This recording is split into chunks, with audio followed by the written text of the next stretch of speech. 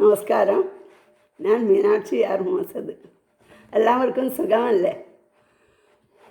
ഇന്ന് അലാവുദ്ദീൻ്റെയും അത്ഭുത വിളക്കിൻ്റെയും കഥയാണ് പറയുന്നത്. അലാവുദ്ദീനെയും അത്ഭുത വിളക്കിനെയും കുറിച്ച് ചിന്തിച്ച് നോക്കൂ. അലാവുദ്ദീൻ വിളക്ക് കയ്യിലെടുത്ത് മെല്ലെ തുടയ്ക്കുമ്പോൾ അതിൽ നിന്നും ഭൂതം പ്രത്യക്ഷപ്പെടുന്നു എന്നാണ് നമ്മൾ കേട്ടിരുന്ന കഥ അല്ലേ? ഭൂതം പറയുകയാണ്, താങ്കളുടെ ആഗ്രഹം എനിക്കുള്ള കൽപ്പനയാണ്. നിങ്ങളുടെ കഴിഞ്ഞ കാല ജീവിതത്തിലുള്ളതെല്ലാം നിങ്ങൾ തന്നെ സൃഷ്ടിച്ചതാണ് എന്ന് ഈ കഥ നമുക്ക് പറഞ്ഞു തരുന്നു. ഭൂതം നിങ്ങളുടെ ഏത് ആഗ്രഹവും നിറവേറ്റി തരുന്നു. ആകർഷണ നിയമമാണ് ആ ഭൂതം.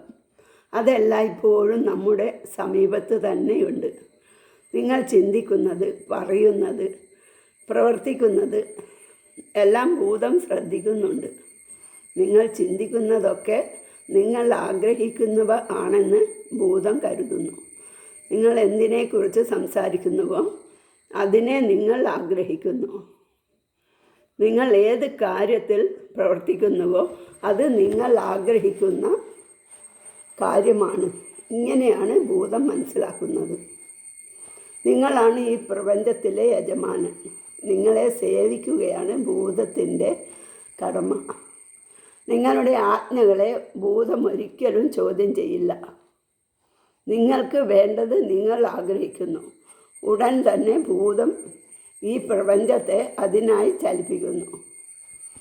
ആളുകളിലൂടെ, സാഹചര്യങ്ങളിലൂടെ, സംഭവങ്ങളിലൂടെ ഭൂതം നിങ്ങളുടെ ആഗ്രഹം നിറവേറ്റുന്നു.